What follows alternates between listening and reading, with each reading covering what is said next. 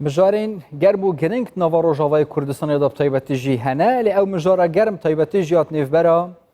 بیجین برای آزادی و آشتی هر وسط گل بیجین نونر امریکا تایبەتی جی سرداخوازا امریکا خو گلک مجار لی هاتینه بحث کردن تایبەتی جی بوی چهار سری سیاسیات نوا سوریه دا گشتی جی لیک نزدیکردن آلیانت نوای برای دا و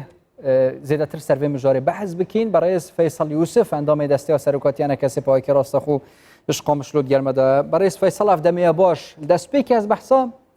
گرینگیا و جوینه کم کو یعنی الدیو داخوازا امریکا بوده یا دویجی پشتگیریدان و برای چه رامانه که هین بینن پشتگیریه که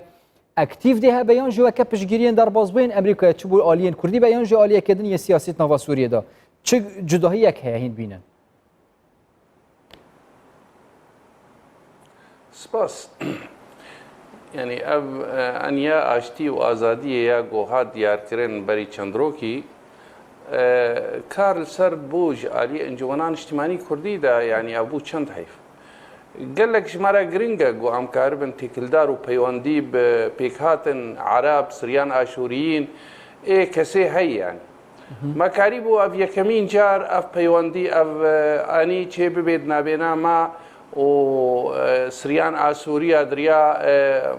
ريخصنا اشوريا ديمقراطي وشبيلا باشروجي سوريا بسركتيا بريز احمد جربه بنجهكا جرينجياوي قال لك هيا جارك يشبرقو ام بيكاتن ايجو ام بهفدوره الهرميجو ام تيدا ام بهفدوره جياني تكن غيري ولوجيد وقتها كده تي قال لك تله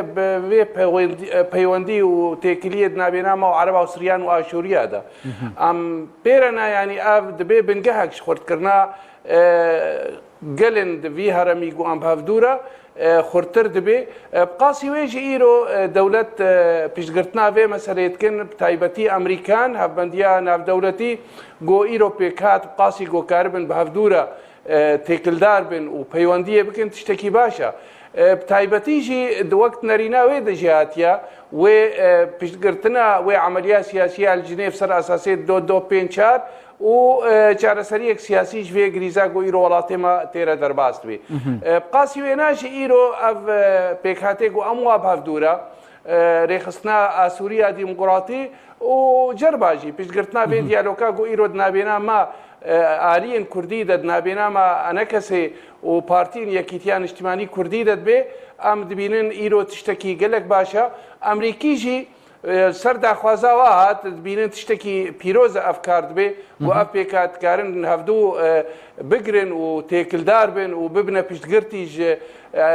چارەسەریا سیاسی را و جیکیتیا معارضه رجی اوا خواست یکمین دولت اوا گو خواستن پیروز بکن و پشتگرتنی بکن برز فیصل بس ویری مرا من اوه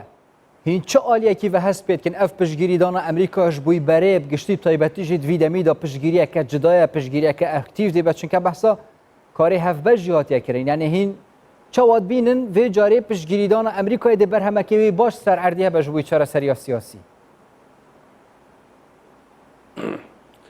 امریکان بری الویدرینل وی هرمینا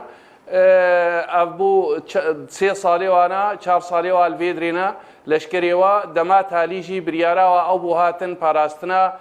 نفطه دبیجن امری بگرن پیشیا هبونا ایرانیا الهمبر داعش بسكنن امي فيدري بخنا بنجها جو ام فشارك السر ريجيم جي بكن وبري وابدنا جنيف وشار سريا سياسي ايروجي افهرم دبيشن دبي ارامي واشتي تدابي بقاسي بيكاتي هفدو قرتي بن امي بيش قرتنا يكن او بيكاتي جو هفدو قرتي جبن تشارشوايا كيتيا معارضه و چارەسەریا سیاسی دا جبر ولود بینن تشتکی پیروزه و پیروز کن پیشگرتنایت کن هبون اوال ویدری آرمان جواب چارەسەری سیاسی دندروی سوریا دا ریگرتن پیشیا ایرانیا و دجیتیا داعش کاری هفبش چه وقت بحث کردن نوا جوینی دا اگر یعنی بوم پرونی بحث بکن چونکه یک شوان خالی نوا جوینی دا تی بحث کردن کاری هفبش یه راستخوی امریکا گل یعنی برای بود نوا نفچه ده یعنی چه خاله که بخواد گیره او کاری هفبش اگر بزنی كاري هف باش ايجو امريكا ايرو بيكاتا تمامي رتكيجو كاربن بهفدوره بن وابدي سر هف بيشغرتني بكيجو كاربي اف ارمانجي قوم قوتن بكاروريني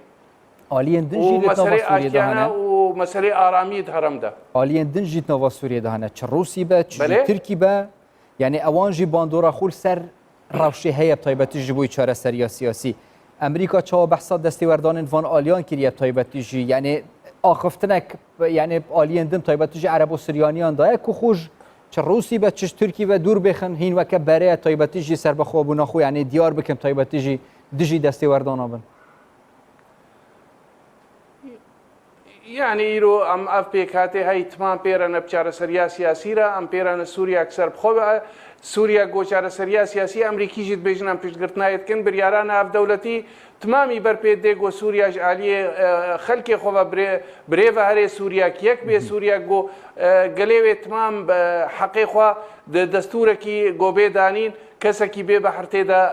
بمينينينا نمثلا يعني بيك هاتي جو إيرو هاي ام ايجو انجمنان اجتماعي كردي يانجي افري خصني دي تريغو ايرو اموانا بهفدورة بري اشتي وازاديه ده ام تمام بيرنا بسوريا ديمقراطي سوريا قالك نتو سوريا جو كسك تيدا تعدل نبي هر وقت ام تخازن سوريا جو تكليه وي بدولتي درو دوراره وبدولتي دي تري تمام يرجي سر اساسي ريز قرتني ودس دريج كرنا كسك دس دريجي سوريا بكي ونا سوريا جي دس دريجي الاليه دي تري بكي ام بيرنا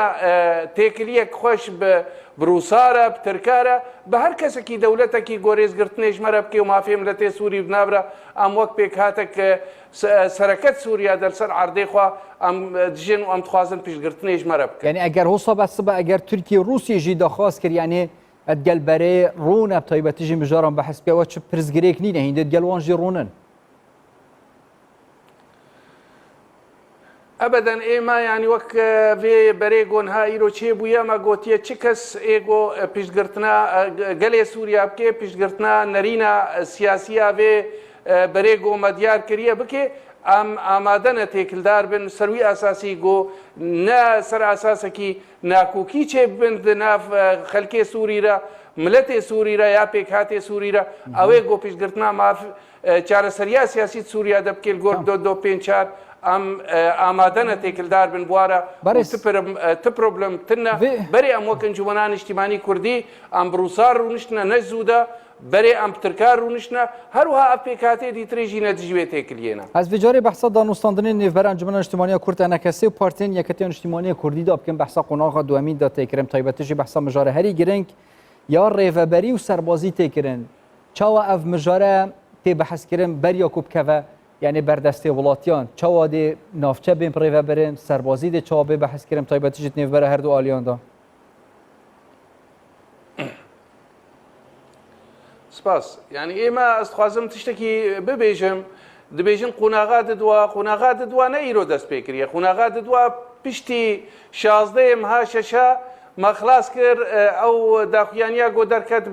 گاندنا گو ما گو ام گانا نرينك سياسيه باش دست بيبو او تشتي گو ام دبينش بو بنگها ركفتنا دوكي دان وستاندن ما بهفدورت كر امو بارتي يكيتيان اجتماعي كردي چه عن طريقاك مظلوم چه عن طريقه امريكانا ما قريب ونريني خو بگهن هفدو حتى بري دمك ام بهفدو رجي درونن ام ايروجيل سرد سكنن چاوا ام قاربن دستايك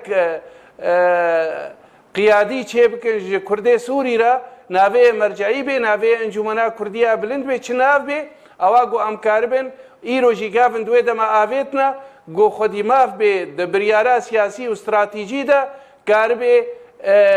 نرینا کردی هلوستا کردی بگهنه خودی او هلوستا کردی یک قاربه بگهنه کسی ناف دولتی و کارکیش بوی بکید هندرو در ودا بقاسی ویجی قاربه او کاروباری گل پیشیاوی قاربه ریفبریا هرمن کردی بکی د سوریا کنه نافندی ده ایرو امبر بویتشن و گاونجی دوی ده هاتنا آویتن و از خوازم ببیجم حتی ایروجی او پرسگریکن گو هبن پیشیا گو دیالوگ پیش ونچه ام نابینن ام وک انجمنان اجتماعی کردی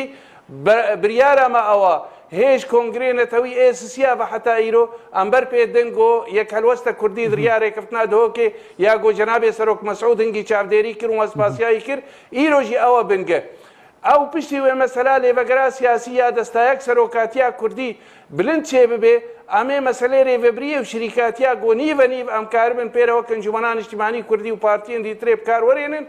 دریکفتنا دو که دجی او مسئله لشکری گو دوی ام پاراستنا هەرمەی خۆ بکەن ئەو واجبە کە سەرمە تمامە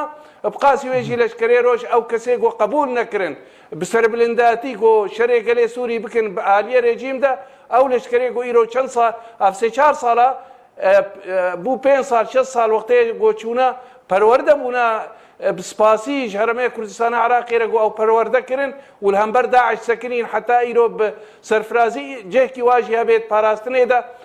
مل برەدەرن دیرە ئێگ و حتانها ئەو پاراستنکردنە گۆ ئەم شریک بن نەیەک ئالی تەنێ واجب رابێ ئەم تمام کاربن بە هەفتوورە بەرەوانیت بەروی هەرمەی خۆدا بکەن. بەڕێز فەیسەڵ یوسف ئەندامەی دەستەیە سەرۆکاتیانەکە سێپای کە ڕاستە خوین ژقا مەشروط گەلمەدەبوون زۆر سپاس بووە. سپاس جوارە.